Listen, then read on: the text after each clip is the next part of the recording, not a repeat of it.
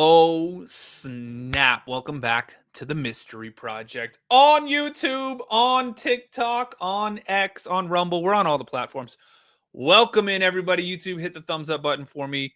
Make sure you subscribe if you're new here. Oh, man. Chris Watts and Nichol Kessinger. How dare you? So we watched this channel before. I was just telling TikTok that it's the Behind Criminal Minds channel, and he does some pretty awesome breakdowns of the Chris Watts stuff. And this video was called Chris Watts New Evidence Reveals Nichol Kessinger's Involvement. You what? Yeah, deep dive series. So we love this channel. Let's give it a go. You love this channel too, y'all. So if you haven't yet, make sure you go subscribe. His channel's pinned in the description of this video, so make sure you go subscribe to him. Awesome channel. And let's do this, y'all. Let's just jump right. This is like over an hour long video too, y'all. So get your coffees or your teas or get whatever the hell you need, because we are in it for the long haul with this one. Let's get it going. On June 14th of this year, Chris Watts' former cellmate Dylan Tallman released a new book series that claimed Nichol Kessinger was directly involved in the crimes that Watts committed on August 13th, 2018.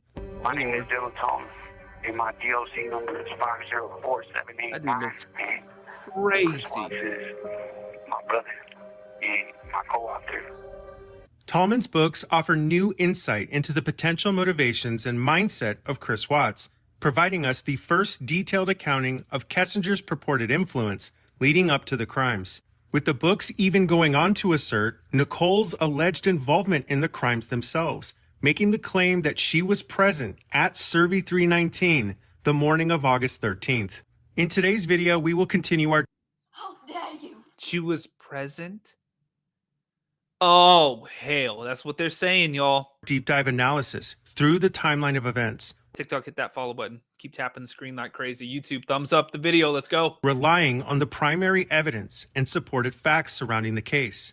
And after providing you with a clear picture of what we know happened, we will contrast the evidence against the backdrop of Tallman's version of events, leaving it to you to decide if his new claims ring true, with the ongoing hope that as we continue to uncover each layer of the evidence, that justice will soon have its day. This is In Search of the Truth, Part 2 of the Chris Watts Deep Dive series. Oh, hell. When we last met, we revisited the final 2 weeks, leading up to the morning of August 13th, 2018. The discovery records provided insight into the trials and tribulations that Shanann faced during that time, as she desperately tried to find a way to restore a marriage that Chris was already bound and determined to destroy. You know what I just realized? There's a part 1 to this that came out like 2 weeks ago. This is the part 2. We didn't even watch the part 1.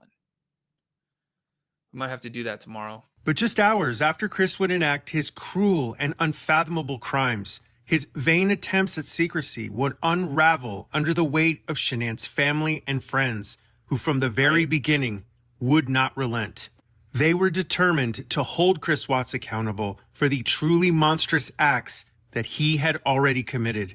But it's in this retrospective that we remember and affirm that no victim deserves the crimes perpetrated against them, and no amount of influence takes away from the responsibility that Chris Watts bears now and always. So with that said, let's begin. Just after 5:18 a.m. on August 13th, 2018, we see the lights from Chris Watts' truck turning on. Moments later, we see this person walking towards Chris's work truck, and in future installments, we will return back to this moment in time. Oh, yeah, that's the one. Remember we watched the breakdown of the person who did like the overlay, that it shows that it looks like a female body with like a purse and like, was it like a backpack or something? I can't quite remember, but it looks like they have like a purse or something like that on their side. I remember that. Do y'all remember that? Less than 1 minute later, Chris's work truck is parked in the Watts family driveway. We now know through law enforcement's body cam footage in their discussion with Chris's neighbor Nate that this was the first time that Chris had ever parked his work truck directly in front of his garage. It quickly became evident to law enforcement that Chris clearly intended to obscure anyone from seeing what he was loading into the back of his work truck that morning. Over the next 18 minutes, Chris can be seen loading and unloading various items into the back of his truck, including, tragically, his own family. And just after 5:45, Chris Watts leaves his driveway en route to Survey 319 with both of his children still alive in the back seat. It's now 6:16 a.m. and Nichol Kessinger makes a call to her close friend Jim. 3 days later, during Nicole's first in-office interview, Detective Kobach would ask her if she was willing to verify her whereabouts for the afternoon of the 13th of August. Nichol would acknowledge that upon arriving home that day, her friend Jim was already present at her apartment, which meant that he could confirm her arrival. However, when pressed to confirm her alibi, this is how Nichol Kessinger responded. From an investigative point, he could be a person who could say, yeah, I was there at 3:45. He doesn't know Chris. He doesn't know anything. He could say with one phone call, yeah, she came in at 3:45. Done. Totally. Do you know what I'm saying? Yeah. And I don't have to ask anything more than, hi, Chris, my name's Kevin. Or Jim. And I'm not saying you have to give it to you. Just leave Jim alone. If at some point I needed Jim's info to, let's say we couldn't find your phone records, would you You tell me can who have Jim them. is? I will give them to you. Would you tell me who Jim was if I If couldn't you get him? had to. Okay. I don't really want to Great. involve him in this, so it's not fair to him. That's not, no. Not fair to him. Caffeinated Slot, thank you. Sin, thank you. You know what's crazy? Where's that baby voice then? You know what I mean? Because we heard her do that voice where she's like, remember that? We heard that annoying ass voice. She ain't got it there. She sounds crazy as hell right there. I do not have to do TikTok, hit the follow button if you're new here, by the way. Keep tapping the screen like crazy. that. That's fine. Nicole's friend Jim is just one of many rabbit holes throughout the vastness of Watts Island. But during one of Nicole's final interviews with Detective Kobach, he mentioned that she had pictures on her phone of a heavier set man who was with her at the same time she and Chris were at the sand dunes. Nichol then confirms that the picture was of her friend Jim. And this confirmation would mean that Chris... She brought another dude with her when they went on like a thing where they were trying to get away as a couple or whatever. Man, you crazy as hell, Nichol. That is crazy. Knew exactly who Jim was. And it's Jim who Nichol called in the minutes just after Chris left his house to go to Survey 319 that morning. On its face, Nicole's call to Jim doesn't appear to be out of place. She frequently called him in the days and weeks prior. However, it's Nicole's location when she made that call that has caught the attention of everyone who has ever evaluated her phone records. But there's something about this entry that even law enforcement overlooked. In the months of Nicole's prior phone records, we are able to ascertain her exact route to and from work. Thanks to these records, we can observe the roads that Nichol Kessinger used on her daily commute from her home to her job at Anadarko Tracy, and back each and every day. The consistency of her route is the most important part of these records, and this is why. Because on the morning of August 13th, 2018, at 6:16 a.m., for the first time in the history of Nichol Kessinger's supposed drive to work, her phone is now pinging somewhere that she has never previously been. And the tower that her phone is pinging from would place her in the same proximity of the Watts family home. The exact same address to the house that Nichol Kessinger... You what? Dear Lord. Literally right there. Googled less than 36 hours earlier. The journey to the oil well site was a little over an hour away from the Watts residence. But while Chris was headed there, he would begin calling and texting his coworkers just after 6:30 a.m. Watts initially tried calling Cody Roberts 3 different times before finally sending him a text asking him, "Where you at?" 1 minute later, at 6:32, Roberts responded, "Just got fuel in Kersey." It's very likely that Chris panicked when he received this message because he knew that Kersey was approximately 30 minutes away from Survey 319, and Chris was still 15 minutes away from the job site. If Cody made the decision to go and help Chris unannounced that morning, It would have completely upended his plan. Moments later, Chris attempts to call Cody, who again did not answer his phone. Oh, hell. 1 minute later, at 6:33, Chris sends a preemptive lie to Cody. Okay, I'm already at Survey 319. But not wanting to leave anything to chance, Chris sends a second message to Cody. Where are you going first thing this morning? Roberts responds, DPC state. Chris replies in sickening relief with a thumbs up emoji. But just when he thinks he's in the That is disgusting. clear, 2 minutes later, Roberts texts Chris again, informing him that one of their coworkers, Chad McNeil, was also planning on going out to Survey 319 that morning to work on the well site. Watts immediately asks Cody to confirm with him if he should be expecting Chad to show up that morning. Cody replies to Chris, I think Chad might be heading out there today. His phone was breaking up pretty bad though. Moments after receiving that message, Chris now begins to try and call Chad McNeil, who he now knows could likely show up to what will soon be the epicenter of a massive crime scene.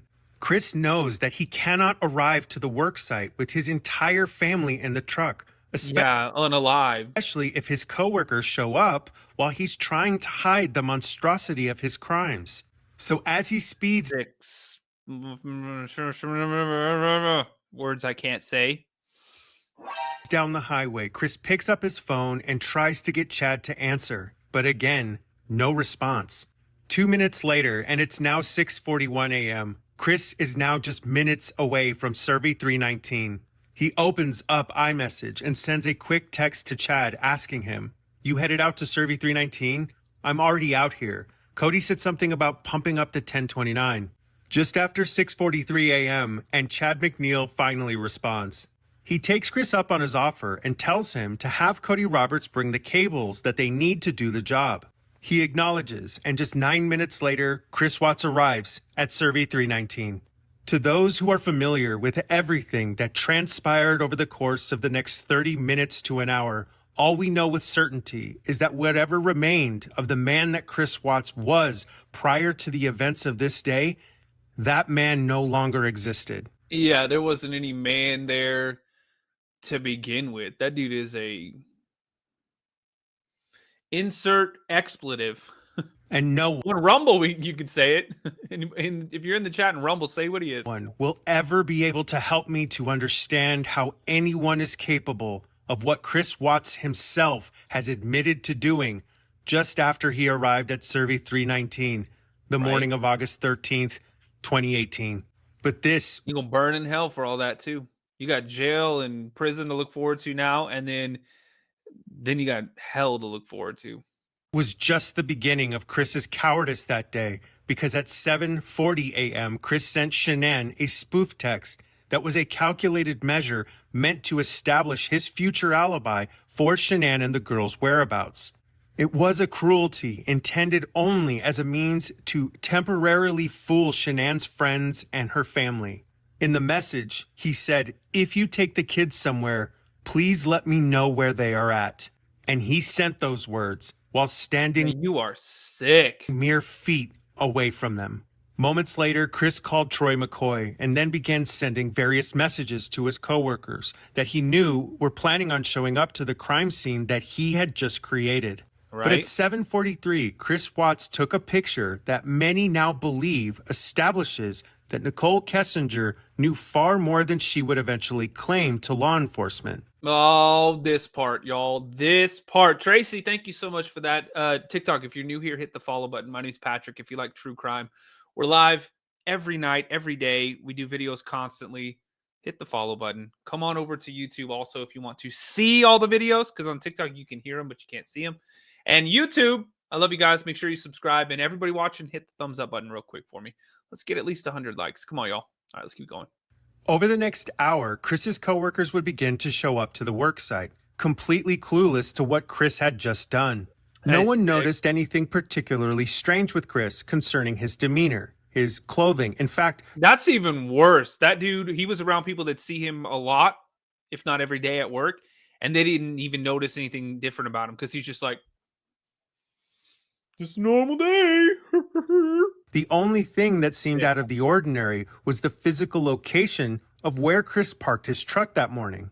but nothing that would have in any way revealed the clues to the crimes that this location would now bear. In retrospect, it's hard to imagine how or why Chris Watts ever thought he would get away with this.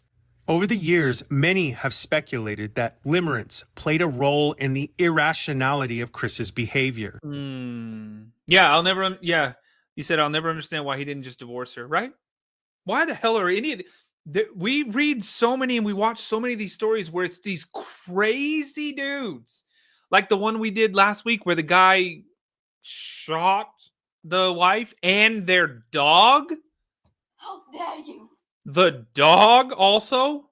Man, you are sick. These people are sick. Send the asteroid, Lord. We peaked. It's over. It's done. It is crazy. Limerence being a sort of infatuation that created a blind obsession that all but prevented Chris from having a rational view of his own actions. Truthfully, I have resigned the mental evaluation of Chris Watts to the professionals, because the more I learn about what he has admitted to doing to his wife and children that morning, the less I care about his reasons. Yeah, exactly. At 8:25 a.m., Chris would stage another call to Shanann's phone, and just 1 minute later, he would search for Primrose School at Vista Ridge. Primrose was the academy where his girls were supposed to be enjoying their first day of school. Instead, Watts would call the school and concoct a story about how the girls would no longer be attending. And before the staff could even formulate much of a response, Chris hung up the phone. Just after 9 a.m., and Shanann's phone sends out an appointment reminder. It was for a doctor's appointment that would become one of the early catalysts that would warn Shanann's friends and family that something had gone very wrong. Yeah, Moments later, Chris would make another, because she was pregnant. Why would she miss that doctor? She wouldn't. Exceedingly odd phone call to his real estate agent, Ann Meadows. 2 days later, the Colorado Bureau of Investigation, aiding the Frederick Police Department, would call Ann to speak with her after learning of her connection to Chris and Shanann. CBI agent Stacy Galbraith spoke with Ann, who explained the strange conversation that she had with Chris on the morning of the 13th. Since the beginning, Ann had almost exclusively dealt with Shanann during the overall process of buying and selling their home. In fact, to that point, she had only ever spoken with Chris twice ever. So the fact that Chris was calling her and asking if she had spoken with Shanann was not just odd, it was completely out of place. Chris then proceeded to tell her that he and Shanann were getting a divorce, and that she was the very first person, even before his own family, to learn of this new and considerable life change. Less than an hour later, Centura. Why the fuck you lying? Why you always lying? Oh my God. Stop fucking lying. You are crazy as hell, Chris Watts. You are a sick piece of... Health would call Shanann's phone and leave a message after she failed to show up for her 9:15 appointment. And at 10:10 a.m., Chris Watts opened Google and searched for the lyrics to the Metallica song, Battery. We have since learned that Chris shared these exact same lyrics with Nichol Kessinger, who replied by asking him what the song meant to him. Between the pictures of volcanoes just hours earlier, the cold and apathetic mannerisms that Chris had been displaying toward Shanann, the lies surrounding his night with Nichol at the Lazy Dog, the affair that he intended on turning into a marriage, and even his own concurrent statements that he had been premeditating these crimes for weeks prior. It's beyond This is crazy. evident that Chris Watts' obsession with a woman and life that he would never have completely overshadowed whatever good may have existed in him before he chose to destroy his family over a complete mirage. That is insane. And you know what the craziest part about, I mean, it's all insane, and I mean, burn in hell for all eternity for this stuff. But like, in a hypothetical situation, if he had gotten away with everything, right? Thank God he didn't. Thank God he didn't. But I'm saying, even if, like, the small microscopic chance that he would have, what the hell did she think was going to happen? Eventually, like, you changed him? You fixed him? You don't think he's capable of doing the same thing to you in 10 years, 15 years, when he's sick of you and doesn't want to divorce you? That's what I never understood. It's crazy. And thank God we'll never have to worry about that, because he is an idiot and got caught. Now spend your life in prison and burn in hell, you piece of garbage. By the way, TikTok, hit the follow button if you're new here. A bunch of new people tonight. My name's Patrick. If you like true crime, I'm live every single night. Welcome in. We're live every day. We do videos all the time, every day, about everything. And we're live on YouTube as well. If you want to, you can watch the video, like actually see the video. TikTok, you hear it. YouTube, you can watch it with us. We're live there right now. The channel is called The Mystery Project. So search The Mystery Project on YouTube and subscribe to the channel. And if you're over there, make sure you hit the like button. Hit the little thumbs up for me. All right, let's keep going. 10:28 a.m., Sandra Ruszczyk, Shanann's mother, worriedly texts Chris, asking him, "Is Shanann okay?" The two would speak minutes later, where Chris would manufacture the first iteration of his story, claiming that Shanann was in one of her moods, that they had a small fight the night before, and that she was going to a friend's house. Yeah, you gonna burn in hell for that too? At 10:33, immediately after lying to Shanann's mother, Chris is now searching for hotels in Aspen, Colorado. He even called the Westin Snowmass Resort in Aspen just 9 minutes later. And this is where I want to ask you, the audience, a question. Why do you think Chris was searching for a hotel getaway at this specific moment in time? Now, we can all agree that Chris's behavior was not that of a man who anyone would qualify as being cogent. However, it would seem that his primary motivations during this period of time were solely based on the preservation of his relationship with Nichol Kessinger. And if you recall, in Dylan Tallman's books, Chris was reported to have said that on the morning of August 13th, just hours before this hotel search and phone call, Nichol had allegedly told him to choose between her and his family, and that when he did choose her, she held him and promised that she would marry him, and said that she would take care of everything for him. So again, I want to ask you the question. If Nichol Kessinger was truly oblivious to Chris's actions, as she will later claim, then why would Chris be making plans that included her unless he believed that she would go? Moments later, at 10:44 Damn, that is a very good question. What do y'all think? Leave a comment. a.m., Sandra Ruszczyk calls Chris again.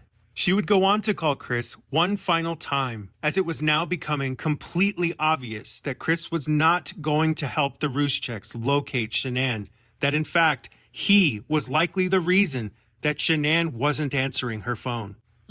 Just after 12:16 p.m., and now every single one of Shanann's friends and family are becoming aware that Shanann and the girls are missing. Chris then receives a message from Josh Rosenberg. "Hey bro, Cassie asked me if I've heard from Shanann today. I guess she and Nikki can't get a hold of her. Have you heard from her at all today?" But while Josh, Cassie, and everyone were trying to find answers at this exact moment in time, Chris is preoccupied taking this picture of the surrounding landscape. Flowers, and more specifically, sunflowers, had been a sign of Chris's devotion to Nichol Kessinger during the entirety of their relationship. How dare you? You crazy as hell for that one. Sin, thank you. In fact, just weeks before, we can see that on July 16th at 8:35 a.m., Chris took a picture of sunflowers near the Anadarko corporate office. One day later, on the 17th of July, Chris again took pictures of flowers that he no doubt shared with Nichol. Because that following day, on the 18th, his relentless love bombing over the past several weeks appears to have worked. Oh, hell. Eventually, A crazy picture right there. when law enforcement did search what little evidence remained on Nichole's cell phone after she deleted virtually everything from it, they did find a considerable number of flower pictures in her phone, many of which were likely sent by Chris during the course of their affair. It's now just 1 minute later at 12:17, and Chris receives an alert on his Vivint Security phone app. On his app, he can see Nichol Atkinson standing in front of his house, trying to get inside in an attempt to locate Shanann and the girls. Chris knows that Nichol Atkinson will not find them there, so hoping to keep the situation at bay, he calls her and speaks with her for just under a minute. Watts had still not responded to Josh's text, so at 12:21 p.m., Chris finally sends a message back. I just talked to Nikki. Shanann went to a friend's house with the kids today. I haven't heard from her since. I will keep you updated, though. Josh would reply by telling Chris that they were worried. Chris responded the way that he always does, cold, apathetic, a man who seems like he truly does not comprehend what empathy is or how to use it. At 12:27, Watts calls Nichol Atkinson back. He's now starting to realize that she's not going anywhere. It's around this time that Chris leaves work to head home because Nichol Atkinson has made it clear that she's not backing down until she finds Shanann and the girls. Atkinson had already been deeply involved in trying to locate Shanann throughout that morning. As we know, she had picked up Shanann from the airport and dropped her off just hours earlier, right around 1:45 a.m. Atkinson was already deeply aware of the problems that Chris and Shanann were having. She had also been a part of the ongoing conversation surrounding his strangely expensive meal at the Lazy Dog, and she knew of Shanann's despondency over the possibility that Chris was having an affair. But Nichol also knew that Shanann had an important doctor's appointment with Dr. Stephanie Traver that same morning at 9:15 a.m. An appointment that was made specifically for gender and genetic testing for her pregnancy. So when 9:15 came and went and Shanann wasn't answering her texts or calls, Nichol Atkinson stepped into action and went to the doctor's office with her son. When she arrived at Centura Health's office, she learned that Shanann was a no-show to her appointment. It was at that moment that she knew she needed to find Shanann, so she rushed over to the Watts residence and began looking into their house to see if she could find any signs of Shanann and the girls. But at that moment, Nichol Atkinson had no earthly idea just how important of a role that she was about to play in a crime that Chris Watts was already desperately trying to cover up. Wow. At 12:27 p.m., Chris is in the midst of his own self-inflicted chaos when he receives a message from his realtor, Ann Meadows. She says, "Hi, I'm working on your market analysis. I would like to bring my listing coordinator with me when I bring it to your house. Did you finish the basement? Are there any other upgrades to the house?" A few minutes later at 12:31, Addie messaged Chris asking if Shanann was okay. Everyone is worried. It's not like her to not respond, and we haven't heard back from her all day. Chris would initially ignore this message, but by this point in time, it's obvious that he has completely underestimated Shanann's friends and family, let alone the length. Right? The people that are going to rally around her and be like, no. Nothing you're saying makes any sense. They were about to go to force Chris to be accountable for everything he had just destroyed. 10 minutes later, and Chris is back on the phone with Nichol Atkinson while rushing home. But just 2 minutes later, after their 40-second phone call, Shanann's friend Cassie stages the first significant confrontation of Chris in her valiant attempt to get answers. Cassie messages Chris at 12:43 p.m. "Shanann is in a very bad way emotionally, and I'm worried about her. I know you're having issues, but I don't know to what extent. However, I do know that I have never seen her so broken to an extent that I am worried." Chris responded, "She went to a friend's house with the kids, but she won't tell me where though. When I get home, I will update you." A few minutes later, Cassie messages again. Why the fuck you lying? Why you always lying? Oh my god. Stop trucking lying. You crazy as hell for that one. YouTube, hit the thumbs up button. We got almost 400 people watching on YouTube tonight. Y'all hit the little thumbs up button. TikTok, hit the follow button if you're new here. My name's Patrick. If you like true crime, we're live every night. So welcome in. Y'all get to know the people in the chat too. There's some pretty awesome people in here. Let's keep going. Sweetie, nobody knows about you or her other Thanks for than following Nicole me, Atkinson dog. and I. So where would she go if not with Nikki or not to Arizona where I'm at? Her car and shoes and everything is at the house. What the heck is going on with you guys that Exactly. she would totally shut out everything? It's not like her, Chris. Now, I believe that what Chris is about to say in response to that message is one of the most important views into his psychological makeup and the way that he views himself in the world. Listen closely. I Whoa. told Nikki about what was happening so she wouldn't freak out anymore. I think Christina knows as well. Shanann and I talked last night, and I told her I want to sell the house and get something smaller. Separation would be best right now if we can't work through our issues. Now, essentially, Chris is saying that in response to Nicole Atkinson showing up to his house, that he told her that him and Shanann were having problems and that she left to a friend's house. He poorly conjures these god-awful lies that no reasonable person would ever believe, seemingly as a means to buy time. And while he's racing Right. back to his house in an effort to stifle Nicole Atkinson's determined attempts at gaining entry into his home, Chris ends that text message by saying this: I really don't want you to think that I'm a bad person, Cassie. This is a sentiment that Chris Watts continues to hold to this very day. In fact, in Dylan Tallman's book, he even reflects on this very same issue. Chris Dear and Tallman God. are having a discussion about how they are viewed by the public. Chris says, I wish people would judge me on my whole past. Instead, they only judge me on that one day. And to those who question the veracity of Tallman's books, it seems to me that this is exactly something that Chris would say, because he lives under the delusion that his previous life as a parent and as a husband somehow absolves him of the horrific things he had done just hours before sending this text message. Chris How could you be so dumb? What?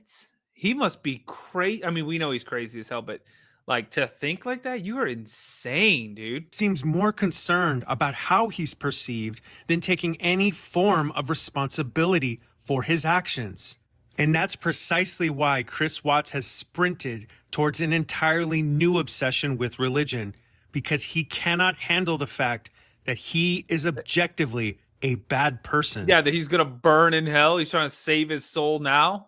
But it's this next comment by Cassie that is the literal definition of catharsis. Because right after Chris sent his pathetic attempt at looking for validation, mere hours after what he had just done, Cassie has had enough. Right now, Chris, I don't care about you. I don't care about your relationship or what type of person you are or are not. And I don't even care what I think of you. And I'm not trying to be rude when I say that.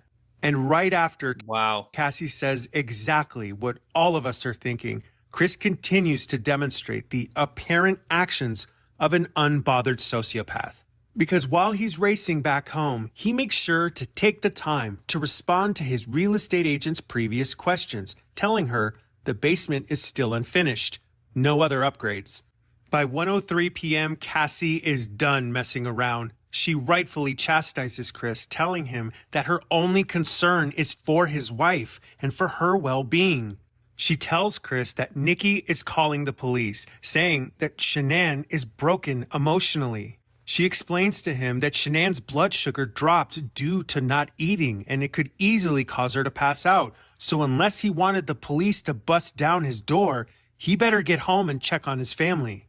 2 minutes later, at 1:05 p.m., Whoa. Chris responds, I'm going home, Cassie. I'm on my way. Don't call the police. I will be there in 45 minutes.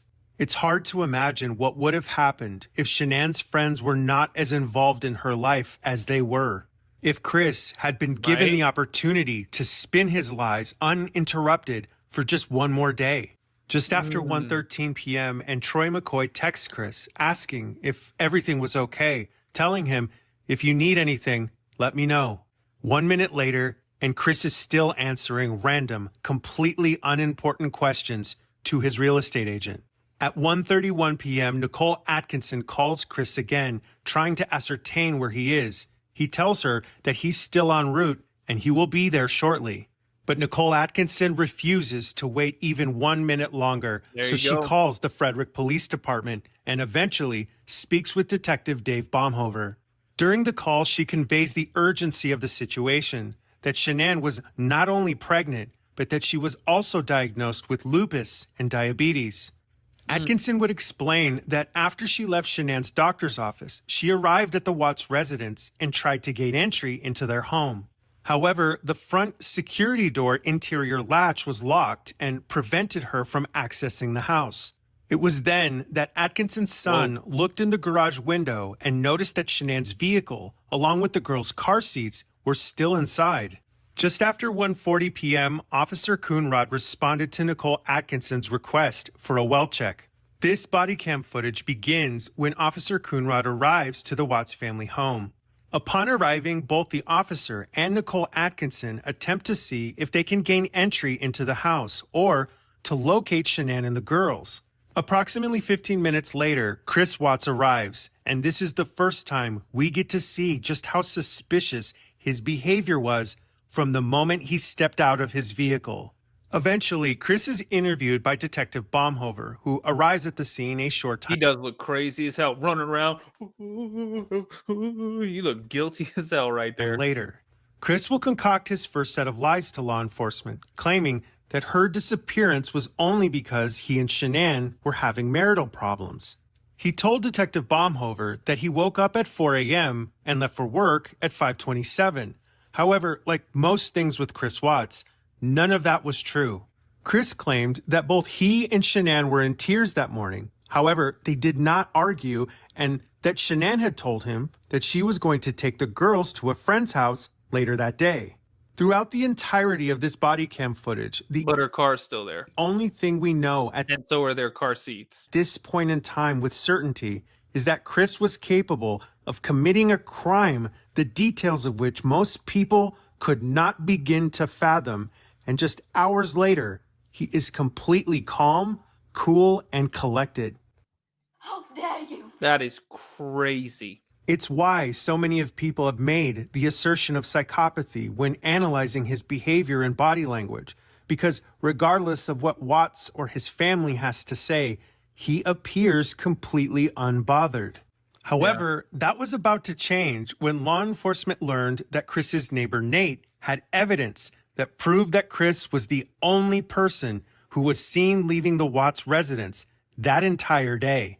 Watching this footage of Chris Watts standing there, hands above his head, clearly panicked and barely able to breathe or maintain his composure, is one of the few moments that we actually get to see Chris squirm. Because it's this footage that not only confirmed what law enforcement would go on to use to prove their case against him, it would also become the cornerstone of the allegations against Nichol Kessinger.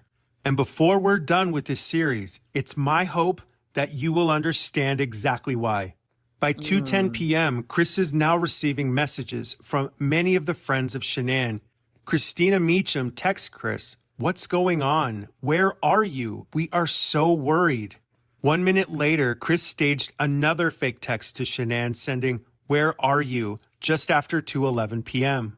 Around that same time, Sicko. Shanann's friends, Cassie, Christina, Nicole Atkinson, and Addie all began a group text, sharing their growing concern over Shanann's well-being. 2:26 p.m., Chris responds to Christina Meacham, "The police are here. I'll call you when I know." Shortly after 3:46 that afternoon, law enforcement finished their first interview with Chris Watts, and it's clear to them that nothing is adding up.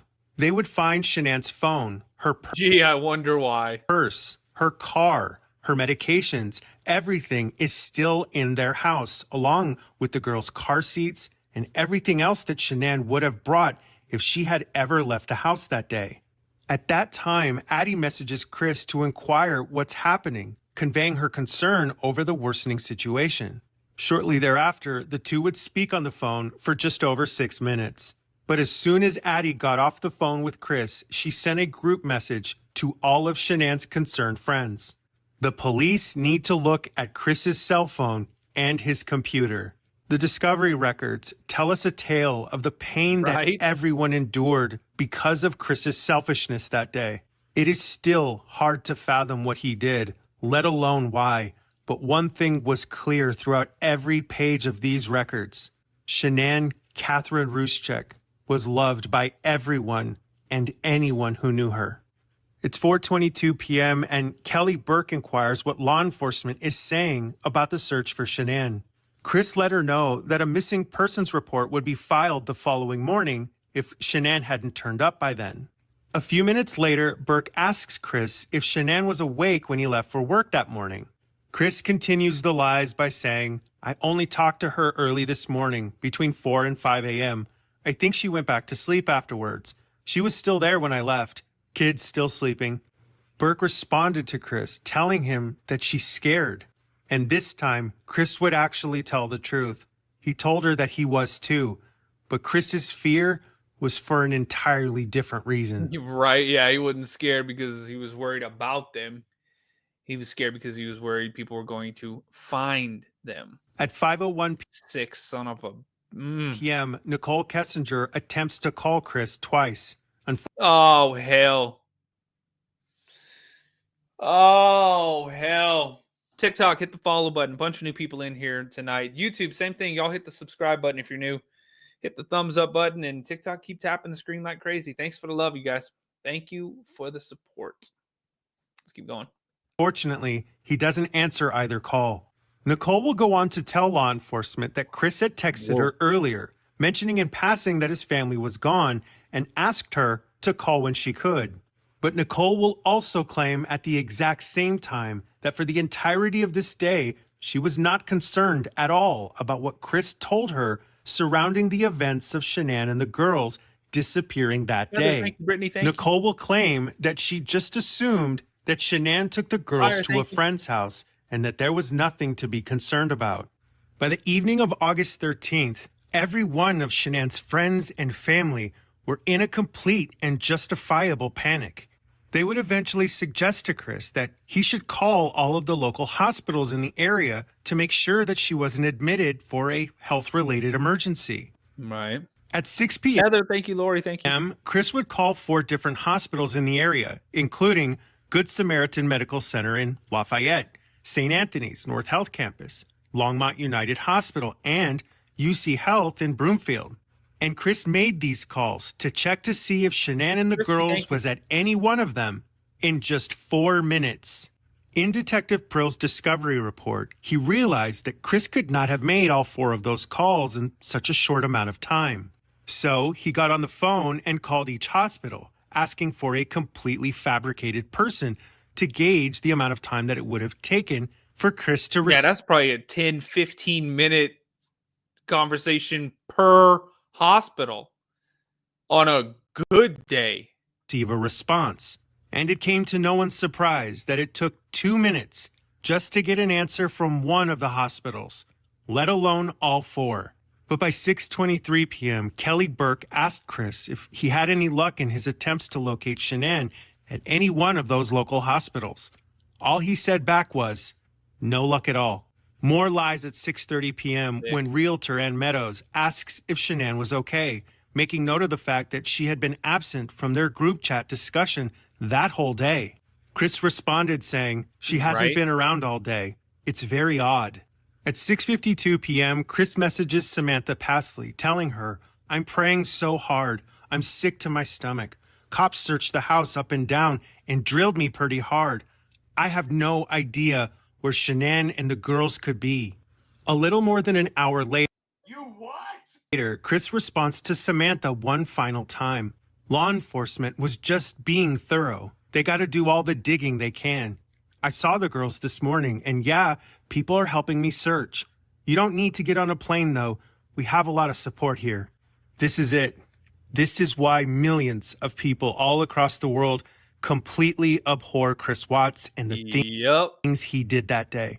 Because he could have chosen so many other paths. He could have just left Shanann and got a divorce. And I do not want to hear from anyone attempting to victim blame that Shanann was mean to him, because what he did to his wife and children had nothing to do with the flaws in her.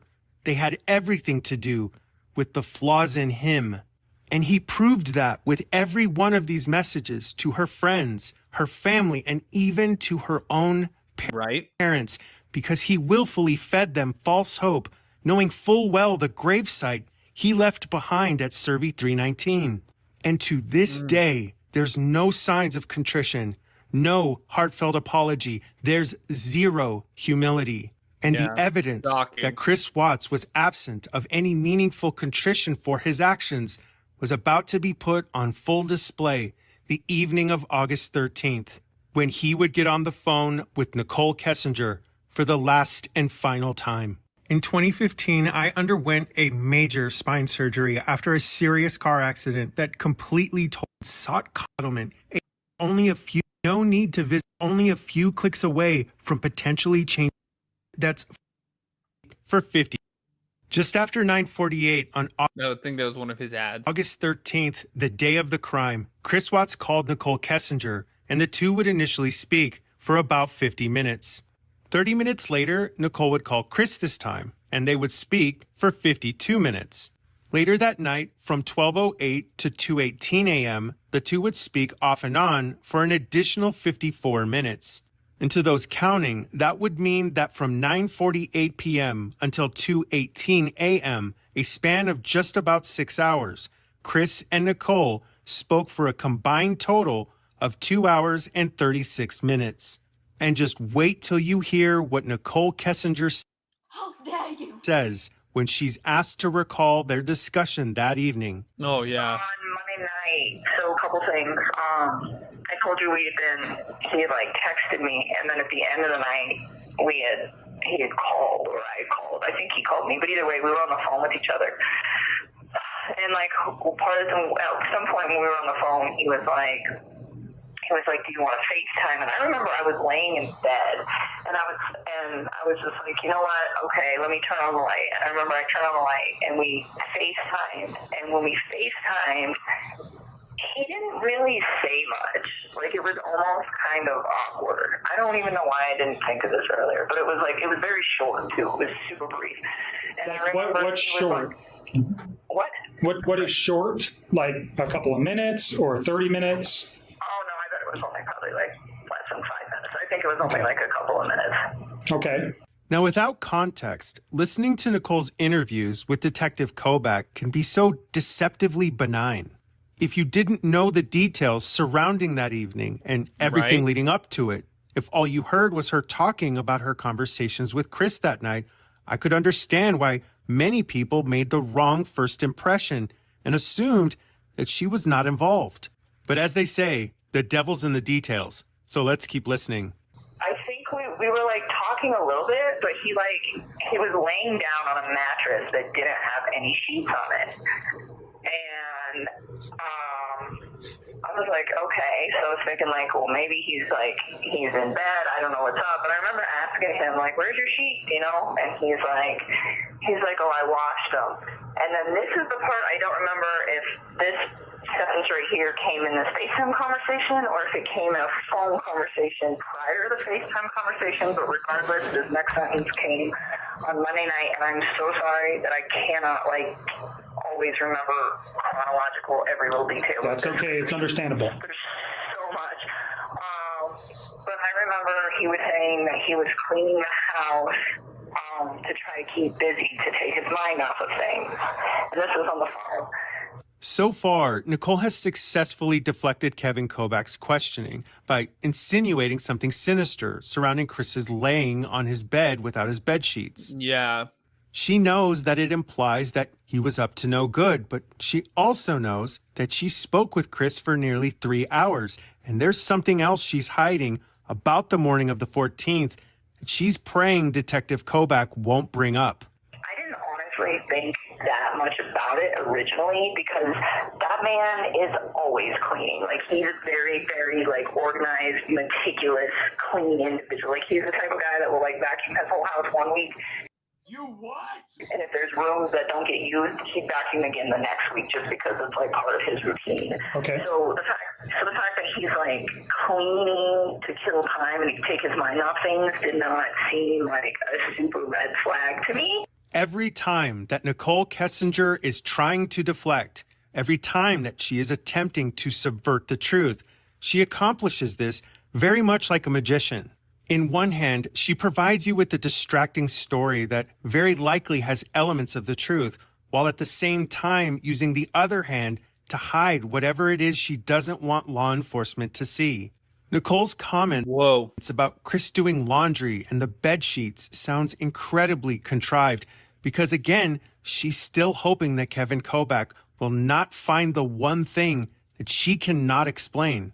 And I'm not sure if you've noticed yet, but she has still yet to describe what they've talked about in any demonstrable detail. So anyways, so that didn't seem out of like the norm for me, but something that just kind of like dawned on me last night is he made the comment directly after that. He said, I had to wash the kids' sheets.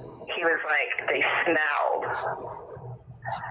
And I was thinking about that last night, and I'm like, this man keeps that house so clean. That's like the cleanest house I've ever seen. And I'm like, this man keeps that house so clean. Why would his kids' sheets smell bad? And this, Man, you sound crazy as hell, Nichole. That is nuts. How dare you? By the way, TikTok, a bunch of people in here. Y'all hit the follow button. My name's Patrick. If you like true crime, we're live every single night. Right now, we're talking about Chris Watts, Nichol Kessinger. Behind Criminal Minds did a video, actually a few videos. We watched several of them. This one came out just a few days ago, so that's what we're watching right now. If you like this kind of stuff, hit the follow button. YouTube, hit the subscribe button, hit the thumbs up button as well. And TikTok, if you want to actually see this video, like you can see the video on YouTube, just search The Mystery Project and subscribe to the channel. We're live there right now. Come on over, The Mystery Project. Link is in the bio too. Y'all click my face, go find it. But y'all, thumbs up. Keep liking the video. Thank you for the little coin things. Thanks for the support, you guys. You don't have to do that, but I appreciate it. Thank you so much. And let's keep going. you think this was Monday night? What time do you think it was Monday night? Oh God, I don't even know. I almost wish you guys would show me my phone. So I'm gonna read off your phone Helen, thank calls you. for Monday and Tuesday, starting. No, it's on Monday. Okay, just so tell me Monday night. Monday night, you guys had, we talked about a phone call yesterday, but you guys had a phone call Monday night. It looks like he called you. It was 48 minutes and 57 seconds. It was at 9:48 p.m. that he called you. So that would take us to Whitney, about 10:35. And then there's another call on Monday. It's for 51 minutes and 25 seconds, it looks like. I'm not sure, looking at this, who called who, but it looks like you called him. And that was at 11:09 p.m. That lasted 51 minutes. So that takes us to midnight. And then there's another phone call where he calls you. So we're now into midnight, Tuesday morning. It's a 30-minute phone call that lasts until 12:38 a.m. And then after 12:38 a.m., there's a 2-minute and 44-second phone call that that starts at 1:12 a.m. It's 2 minutes and 44 seconds. These are the words of a seasoned professional of deception and deceit. Nichole knows exactly what she said during those phone calls with Chris. We know she does because she will later provide law enforcement with a detailed, exhaustive timeline of the entirety of her relationship with Chris, providing painfully accurate details about events that had occurred weeks and months earlier. But the phone calls Nichole and Detective Kobach are discussing right now just happened 4 days prior. And the reason why this moment matters so much is because of what was happening at 2:07 a.m. the morning of August 14th. Now, I want you to listen to Nichole's answer clearly and without interruption. It's long, but it's important.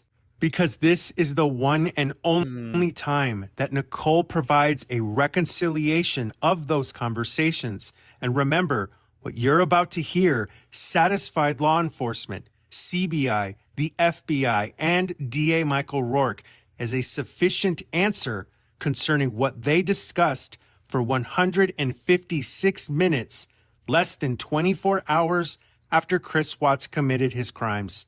So So I would almost, this is just me, but I would go get my text messages with him from that night, and I would like sync them up to that like time frame because there was texting in between that. So I think what happened is he called me on that first call, and then there's that gap between the first call and the second call. In that gap, that was when we FaceTimed for a few minutes, and that was when I got up out of bed because I was just having trouble sleeping, and I was like, I went and did laundry. That's what I did. I went like I just put some clothes in the dryer, and then I think I called him back, and then we continued to talk. So that little gap right there between those two big phone calls at the very beginning of the night, I mean, not the very beginning of the night, but the big ones at the first two.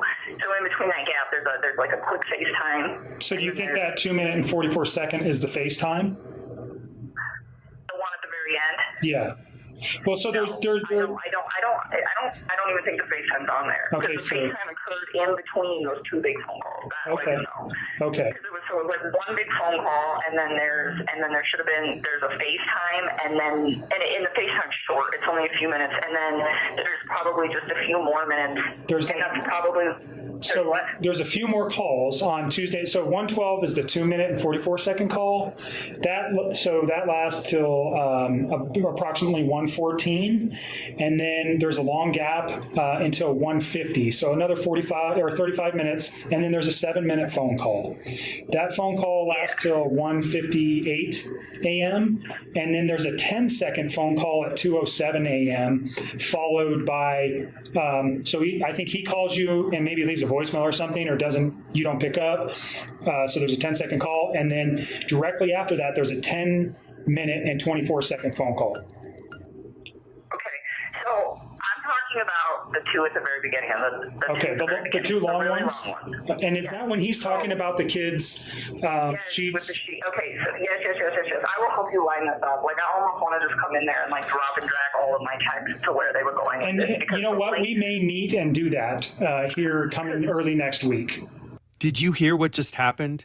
Nichol was asked several times about her discussions with Chris during their nearly 3-hour-long phone call. Yeah. And instead of answering the question, she offers to come down there and help fill in the gaps. And guess what?